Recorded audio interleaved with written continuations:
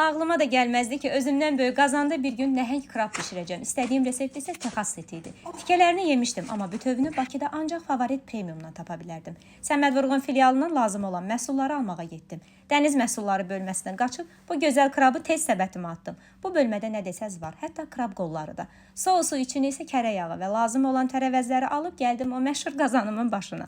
Suya dəfnə yarpağı qarışıq, istiotlar duz atıb qaynadıram. Bilirsiniz ki, I am hungry dəniz məhsulları ilə xüsusi bir mehribançılığı var.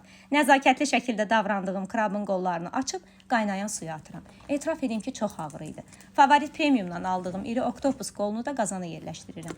Qovurduğum soğanı, krevetka və midyələri əlavə edib ağ şərabda bişirirəm. Sonra isə 1 saat qaynayan krabı hissələrə ayırıb bütün dəniz məhsulları və tərəvəzlərlə birlikdə xüsusi sousla qarışdırıram. Sousun reseptini videonun mətnində yazmışam.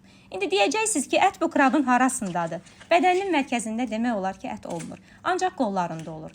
Çox zərif dada malikdir və qida dəyəri də çox zəngin ətdir.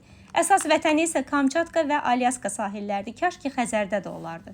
Sonda isə çox sual verməyəcəm sizə. Sadəcə deyin görün, bəs siz bişirə bilərdiniz bu boyda krabı? Ümumiyyətlə, I am hungry-dən daha hansı videolar gözləyirsiniz?